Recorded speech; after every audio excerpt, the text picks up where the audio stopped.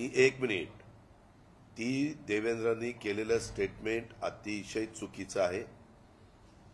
त्याला मी सांगितलं की तू दिलगिरी व्यक्त कर, माझ्याकडनं बोलण्याच्या ओघात अशा प्रकारचं वक्तव्य केलं ते अत्यंत चुकीचं होतं, मुलींना वेदना देणारं होतं, शेतकऱ्यांच्या बद्दल एक अपमान वाटणारं होतं।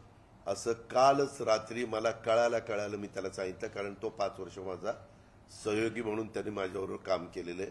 तो शेतकरी संघटनेतून निवडून आला होता, परंतु काम करत होता।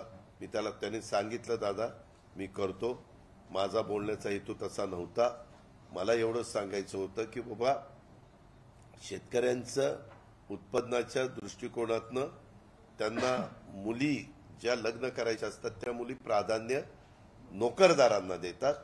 पूर्वी एक काळ असा होता की मुली प्राधान्य बागायतदारांना द्यायच्या, अशा पद्धतीनं त्याला बोलायचं होतं, पण बोलताना तो चुकलेला, ती चूकच आहे आणि त्याच्या संदर्भामध्ये त्याला क्लिअर सूचना मी दिलेल्या आहे। मी त्याला सांगितलं मला हे अजिबात तुझं स्टेटमेंट